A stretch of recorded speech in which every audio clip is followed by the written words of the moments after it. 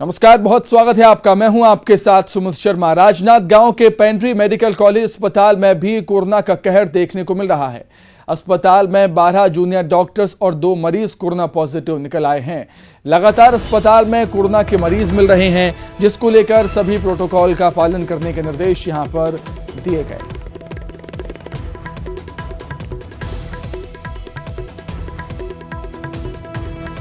अधिक जानकारी के लिए बातचीत करेंगे। मेरे सहयोगी राकेश जुड़ गए हैं फोन पर। राकेश, लगातार हम देख रहे हैं अस्पतालों में कोरोना कहर बनकर टूटा है। 33 डॉक्टर्स पॉजिटिव पाए गए थे और एक बार फिर से कई डॉक्टर पॉजिटिव मिले हैं। जी हाँ, निश्चित ही सुमित, मैं आपको बता दूं कि ये तीसरा दिन है आज जो कोरोना पॉजिटिव जो डॉक्टर मिल रहे हैं और लगातार जो डॉक्टरों की संख्या है वो बढ़ती जा रही है। स्मित, मैं आपको बताना चाहूंगा कि ये लगातार ये जो तीसरा दिन है उसमें 10 से ऊपर के जो आंकड़े हैं वो रोज डॉक्टरों का जो छू रहा है। जो जूनियर डॉक्टर हैं, आज फिर 12 जूनियर डॉक्टर कोरोना पॉजिटिव आए हैं। साथ ही आपको बता दूं कि मेडिकल कॉलेज अस्पताल में कुछ मरीजों का उपचार भी चल रहा था, उसमें से 2 मरीज हैं वो भी कोरोना पॉजिटिव पाए गए हैं। तो कहीं ना कहीं अस्पताल प्रशासन में हड़कंप मचा हुआ है, मेडिकल कॉलेज प्रशासन में, क्योंकि लगातार जो जूनियर डॉक्टर हैं वो कभी 14 तो कभी 12 तो कभी 10 की संख्या में पिछले 3-4 दिनों से मिल रहे हैं, जिसके कारण कहीं ना कहीं अब जो उपचार की जो समस्या है वो मरीजों के लिए उत्पन्न हो रही है। और वहां मेडिकल कॉलेज अस्पताल में समस्या ये खड़ी हो जाएगी, क्योंकि डॉक्टर जो हैं, जो जूनियर डॉक्टर हैं, वो लोगों का उपचार भी कर रहे थे, तो उनके संपर्क में कितने लोग आए हैं उनका भी अब चेकअप होना है। साथ ही ये दिक्कत बढ़ेगी क्योंकि इनको आइसोलेट किया जाएगा, इनका उपचार जो किया जाएगा जो जूनियर डॉक्टर हैं उनका। तो डॉक्टरों की कमी अब और ज्यादा बढ़ गई है मेडिकल कॉलेज अस्पताल में। दूसरी समस्या ये हो जाएगी कि जो मरीज आएंगे उनका उपचार कैसे होगा, ये सबसे बड़ी समस्या अब अस्पताल प्रशासन के सामने खड़ी हो गई है। बिल्कुल बिल्कुल ठीक बात कही राकेश आपने कि लगातार डॉक्टर्स पॉजिटिव हो रहे हैं, तो मरीजों का इलाज करेगा कौन? एक बहुत बड़ी चुनौती स्वास्थ्य विभाग के सामने, राज्य सरकार के सामने इस वक्त खड़ी है। राकेश, आपका बहुत धन्यवाद जुड़ने के लिए, तमाम बातचीत के लिए। खबर कांकेर से है, जहां पर बुजुर्ग की धारदार हथियार से हत्या कर दी गई। मामूली विवाद में युवक की हत्या हुई है। हमले में एक बच्चा भी घायल हो गया। बच्चे को रायपुर रेफर किया गया है उपचार के लिए। आरोपी युवक हत्या के बाद फरार है। जैसा कर्रा गांव की घटना बताई जा रही है। तो कांकेर से खबर थी। बड़ी खबर कांकेर से है। बुजुर्ग की धारदार हथियार से हत्या हुई। मामूली विवाद में युवक ने हत्या की है बुजुर्ग की। हमले में एक बच्चा भी घायल है। बच्चे को रायपुर रेफर किया गया उपचार के लिए। आरोपी युवक हत्या करने के बाद फरार हो गया। जैसा कर्रा गांव की घटना और आरोपी युवक की तलाश में पुलिस लगातार जुटी हुई है।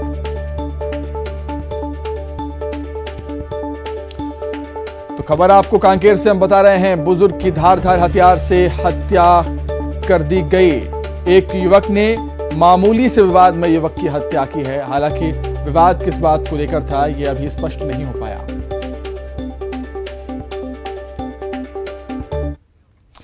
खबर कांकेर से, जहां पर 9 जवान कोरोना पॉजिटिव पाए गए। अलग अलग कैंप से 9 जवान पॉजिटिव मिले हैं। नक्सल मोर्चे पर जवान तैनात थे और नक्सल मोर्चे पर तैनात जवान अब संक्रमित हो रहे हैं। कोयलेबेड़ा बीएसएफ कैंप से 5 जवान संक्रमित हुए हैं और कन्हार गांव बीएसएफ कैंप से 2, अंतागढ़ एसएसबी कैंप से 1, केवटी एसएसबी से 1 जवान कोरोना पॉजिटिव हुआ। अधिक जानकारी के लिए हम बातचीत करेंगे। हमारे संवाददाता जीवानंद जुड़ गए हैं फोन पर। जीवानंद, हम लगातार देख रहे हैं कि जवान भी अब इसकी चपेट में आ रहे हैं, जो कि कहीं ना कहीं चिंता का विषय है। तो निश्चित रूप से सुमित, आपको बता दूं, जिस तरह से लगातार कोरोना ने ये जिले में अपना पैर पसार रहा है, ये पहली घटना नहीं है। इससे पहले ये भी जवान, जो 5 जवान एसएसबी के 5 जवान है, वो कोरोना संक्रमित हो चुके हैं। उसके बाद फिर दो मिले, संक्रमित मिला। उसके बाद लगातार बीते दिन 7 कोरोना पॉजिटिव मिला और आज जिस तरह से कोरोना अपडेट आए हैं, जिसमें 9 कोरोना आज पॉजिटिव जो जवान की है। कुल आज की जो कोरोना संक्रमित तो 16 है। कि पिछले दिनों 7 मिला था, लेकिन आज जिस प्रकार अपडेट आया है तो जिले में 16 जो लोग हैं वो कोरोना संक्रमित है। इनमें से 9 है वो जवान है। आपको बता दूं कोयलीबेड़ा बीएसएफ कैंप से 5 जवान है और भानुप्रतापपुर के कन्हार गांव एसएसबी कैंप से 2 जवान, अंतर्गत एसएसबी कैंप से 1 और केवटी एसएसबी कैंप से 1। उसके अलावा जो अंतरगढ़ के जो एक शिक्षक है और एक डॉक्टर है उन्हें भी कोरोना संक्रमित पाया गया है। तो निश्चित रूप से चिंता वाली बात है कि जिस तरह से कोरोना ने अपना पैर पसार रहा है तो हमें चाहे सतर्क होना चाहिए। जिस प्रकार की प्रशासन ने बार बार अपील कर रहा है, कोरोना गाइडलाइन पालन करने के लिए कह रहा है, तो निश्चित रूप से ये अगर हम इसमें कोताही बरतेंगे तो निश्चित रूप से जिले में कोरोना संक्रमित का संख्या बढ़ते जाएगा। बिल्कुल ठीक बात है। बहुत धन्यवाद आपका तमाम बातचीत के लिए।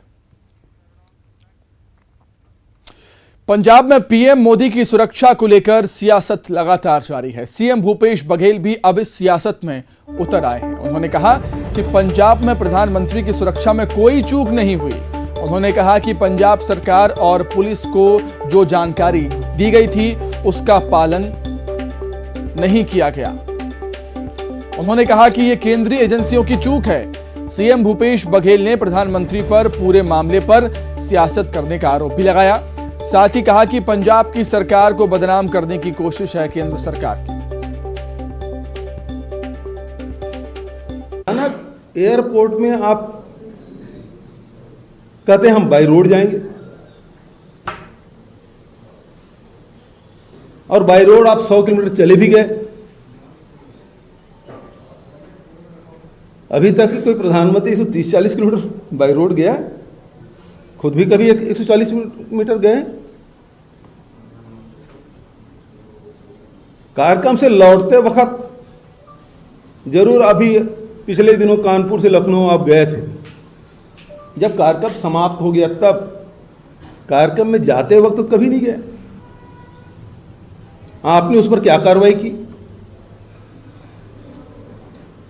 और प्रधानमंत्री किस प्रकार से कार्यक्रम कैसे बना दिया आपने? जब मौसम खराब है तो प्रधानमंत्री की जान को आप जोखिम में डाल देंगे। आप कैंसिल भी कर सकते थे। ऐसी कौन सी आफत आ पड़ी थी कि कार्यक्रम होना ही जरूरी था? मौसम खराब है, बहुत सारे कार्यक्रम कैंसिल होते हैं।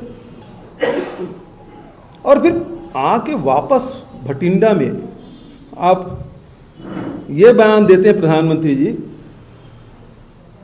कि मैं सुरक्षित लौट आया इसलिए धन्यवाद। आपको कौन सा थ्रेट हो गया था? क्या आपकी गाड़ी में पथराव हो गया? क्या आपको काले झंडा दिखाया गया? ऐसी क्या घटना घट गई जो ये बयान देने की जरूरत पड़ी आपको? आपको बर्दाश्त नहीं हो रहा है कि दलित मुख्यमंत्री पंजाब में बना है। इसलिए कि पंजाब से आपकी जमीनें पहले भी नहीं थी आपकी जमीन और अब तो बिल्कुल ही खत्म हो गया। पता हो गया है कि उत्तर प्रदेश और पंजाब दोनों जगह आपकी। वहीं पूर्व सीएम डॉक्टर रमन सिंह ने सीएम पर निशाना साधा। रमन सिंह ने ट्वीट किया है और लिखा है कि छत्तीसगढ़ के मुख्यमंत्री देश के पीएमजी की सुरक्षा में चूक को ड्रामा बता रही है। आप क्रोनोलॉजी समझिए। कांग्रेस के खूनी इरादे क्या थे? ये सवाल भी किया। क्या कांग्रेस शासित राज्यों की जिम्मेदारी सिर्फ गांधी परिवार की सुरक्षा है? ये भी सवाल पूछा। कांग्रेस का घिनौना खेल बेनकाब हो गया है। ये बड़ी बात कही है पूर्व सीएम डॉक्टर रमन सिंह ने।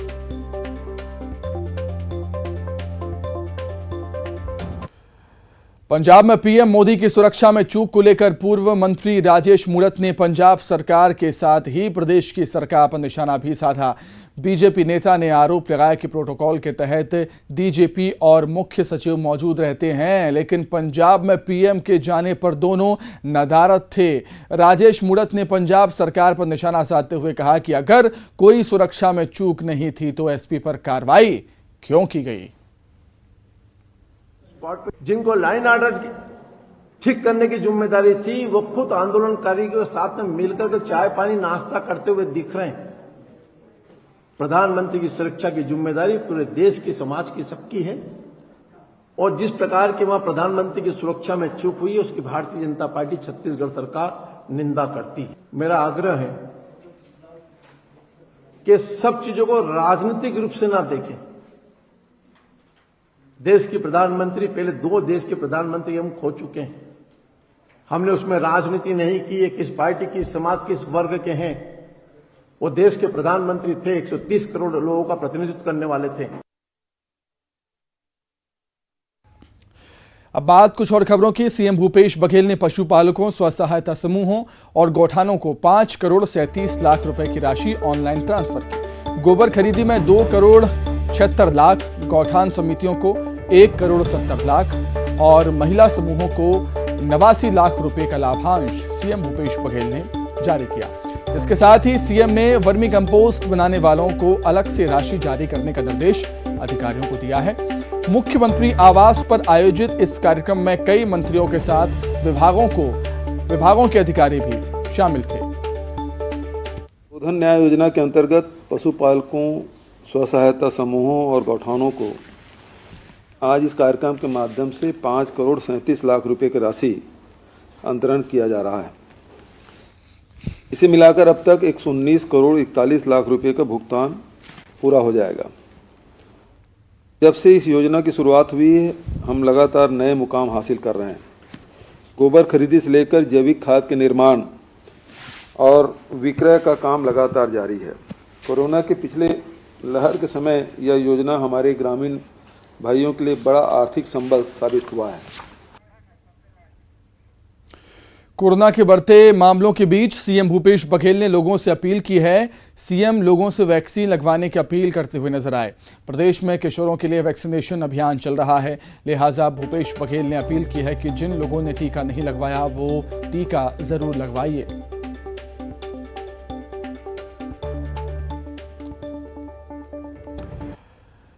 आगे बढ़ते हैं। भिलाई नगर निगम में मेयर और सभापति पद पर कांग्रेस ने कब्जा जमाया। महापौर पद पर नीरज पाल विजयी हुए तो सभापति पद पर गिरवर साहू। दोनों को कलेक्टर ने प्रमाण पत्र भी दिए हैं। काफी गहमा गहमी के बीच भिलाई में चुनाव की प्रक्रिया शुरू की गई थी। मेयर पद के लिए 3 कैंडिडेट्स खड़े हुए थे, जिसमें कांग्रेस के प्रत्याशी नीरज पाल को सबसे ज्यादा 44 वोट मिले। वहीं बीजेपी के उम्मीदवार महेश वर्मा को 22 वोट मिले, तो वहीं तीसरे निर्दलीय योगेश साहू को महज 4 वोट मिले। तो वहीं कांग्रेस ने बंटी गिरवर साहू को सभापति का प्रत्याशी बनाया था, जबकि बीजेपी ने सभापति के लिए श्याम सुंदर राव को कैंडिडेट बनाया था। ये कांग्रेस की जीत जो है, इसकी नींव तो 23 दिसंबर को ही रखी गई थी। भिलाई की जनता ने माननीय मुख्यमंत्री जी के 3 साल के कामों को और पिछली सरकार में महापौर देवेंद्र यादव और कांग्रेस का जो काम था उनका भिलाई को लेके उसका परिणाम है। अचानक से आपका नाम फाइनल हुआ है, कैसा लग रहा है? मुझे तो बहुत बेहतर लग रहा है और सब मुख्यमंत्री का आभार, हमारे विधायक देवेंद्र यादव जी का आभार है और पूरा जनता का प्यार है। आपको पहले से लग रहा था कि सभापति बनेंगे? मुझे ऐसा कोई पता नहीं था, ये अचानक। बेमेतरा के मारो नगर पंचायत में भी अध्यक्ष और उपाध्यक्ष दोनों पदों पर कांग्रेस ने कब्जा किया। नगर पंचायत मारो में कुल 15 मतों से अध्यक्ष पद के लिए हुए चुनाव में कांग्रेस के परमेश्वर मिरी को 9 मत मिले, तो वहीं बीजेपी के धनलाल देश लहरे को 9 वोट मिले। वहीं उपाध्यक्ष पद पर भी कांग्रेस ने कब्जा किया। कांग्रेस की कैंडिडेट आराधना ठाकुर को 9 वोट मिले, तो वहीं बीजेपी उम्मीदवार को 6 वोट मिले।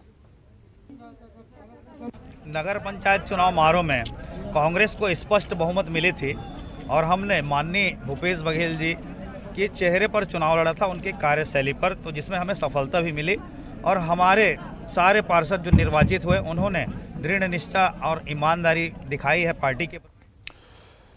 रायपुर में महापौर और उनकी परिषद के कार्यकाल 2 साल पूरे हो गए हैं। कार्यकाल का 2 साल पूरा हो गया है। एमआईसी सदस्यों के साथ महापौर एजाज डेबर ने प्रेस को संबोधित किया। इस दौरान मेयर ने 2 साल की उपलब्धियां भी गिनाई। महापौर ने बूढ़ा तालाब, मल्टी लेवल पार्किंग, अंतर्राज्यीय बस स्टैंड, जवाहर बाजार, गोल बाजार प्रोजेक्ट को उपलब्धि के तौर पर बताया है। इसके अलावा एजाज डेबर ने स्वीपिंग मशीन से सफाई और पिंक टॉयलेट का भी उल्लेख किया। उनका कहना था कि उपलब्धियां काफ़ी हैं, लेकिन इससे संतुष्ट होने के बजाय और काम किए जाने की ज़रूरत है। 6वें नंबर पर आए हैं। हमें ये पूरे 5200 शहरों में हमें 6वां नंबर मिला है। उसके अलावा जो हमें फ्री गार्बेज फ्री सिटी में हमें 3 स्टार हमें प्राप्त हुआ है। तो ऐसा नहीं है कि ये हमारे पूरे कार्यकाल में 2 साल जो रहा है पूरा उपलब्धि भरा रहा है, मगर हम इस उपलब्धि को अभी पूरा ये नहीं मानते, हमें और काम करना है। कोरबा से बड़ी खबर मिल रही है, जहां पर नाइट कर्फ्यू लगा है। दुकानें रात 10 बजे से सुबह 6 बजे तक बंद रहेंगी। आंगनवाड़ी, स्कूल, थिएटर भी यहां पर बंद रहेंगे। कलेक्टर ने आदेश जारी कर दिए हैं। तो कोरोना संक्रमण के लिहाज से फैसला लिया गया। कोरबा में भी अब कोरोना की रफ्तार तेज है और वजह यही है कि नाइट कर्फ्यू लगाने का आदेश कलेक्टर ने वहां पर दे दिया है। दुकानें रात 10 बजे से सुबह 6 बजे तक बंद रहेंगी। आंगनवाड़ी केंद्र, स्कूल, थिएटर भी बंद रहेंगे।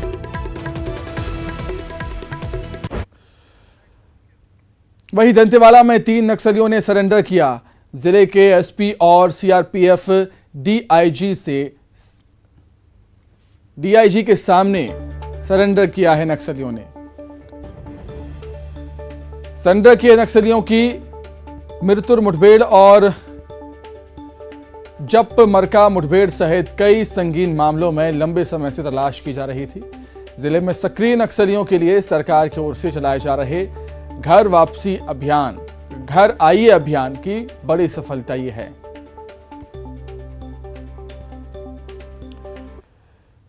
वहीं सूरजपुर में न्यूज 18 की खबर का असर हुआ है, जहां खबर दिखाए जाने के बाद जिला प्रशासन, जिला पंचायत सीईओ राहुल देव ने संज्ञान लिया है और उनके निर्देश पर बस्कर गांव के हरिजन पारा में पुलिया निर्माण के लिए निरीक्षण करा लिया गया है। इसी के साथ ही जल्द ही पुलिया निर्माण की शुरुआत की बात कही है। दरअसल यहां कई दशकों से पुलिया का निर्माण नहीं होने से 15 से ज्यादा परिवार परेशान हैं।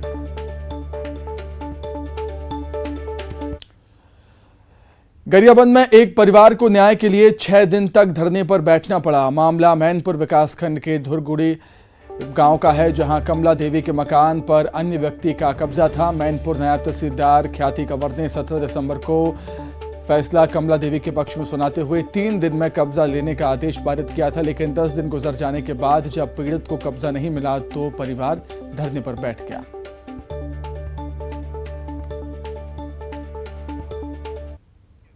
सरसों के तेल आसमान छू रहे हैं, जिसको लेकर इस साल बलरामपुर में किसानों ने सरसों की खेती ज्यादा की। शंकरगढ़ ब्लॉक के अमन गांव में किसानों ने बताया कि सरसों के तेल की महंगाई की वजह से इस बार उन्होंने ज्यादा खेती सरसों की है। वहीं गांव की महिलाओं का कहना है कि हर कोई सरसों का तेल खरीद कर नहीं खा सकता, इसलिए जिसके पास जमीन है वो सरसों की खेती कर रहा है।